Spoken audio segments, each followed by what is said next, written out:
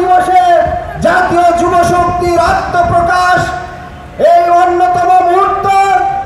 তারা বাংলাদেশকে দিল্লির আধিপত্যবাদ, বেইজিং এর আধিপত্যবাদ, ওয়াশিংটনের আধিপত্যবাদ, যে কোনো পরাশক্তিবাদের আধিপত্যবাদ থেকে এদেশের স্বাধীনতা, সার্বভৌমত্ব, মাটি ও মানুষের জন্য কাজ করে যাবেন।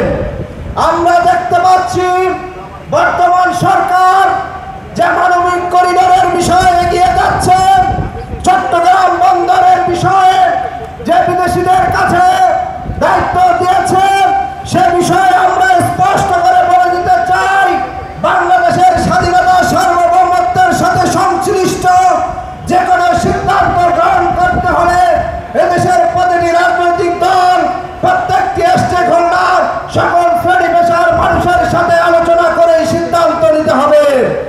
এই অন্তর্বর্তী সরকারকে মানবিক করিডোরের মতন অন্যতম গুরুত্বপূর্ণ বিষয় সিদ্ধান্ত গ্রহণের আগে অবশ্যই সকল রাজনৈতিক দলগুলোর সাথে আলোচনা করে এই বিষয়ে সিদ্ধান্ত গ্রহণ করতে হবে। অন্যথায় বাংলাদেশের রাজনৈতিক দলগুলো, জাতীয় নাগরিক পার্টি, আজকের আত্মপ্রকাশ ও যুব শক্তি স্বাধীনতা, সার্বভৌমত্বের বিরুদ্ধে যে কোনো উদ্যোগকে তারা শক্ত হাতে রাজপথে প্রতিরোধ করে তুলবেন। আপনারা জানেন, আজকের যে প্রতিবেশী রাষ্ট্র, তারা সীমান্তে এখনো মানুষ মারছে। তারা ভারতের যে এনআরসি করেছিল নাগরিক আইন, সেটি তারা ভারতের মুসলিম নিধনের এক অন্য উপায় করছে। সেই এনআরসি এর বিরুদ্ধে অন্যতম বলিষ্ঠ কণ্ঠস্বর হয়ে কাজ করেছিল আজকের যুব শক্তির আহ্বায়ক অ্যাডভোকেট তরিকুল ইসলাম।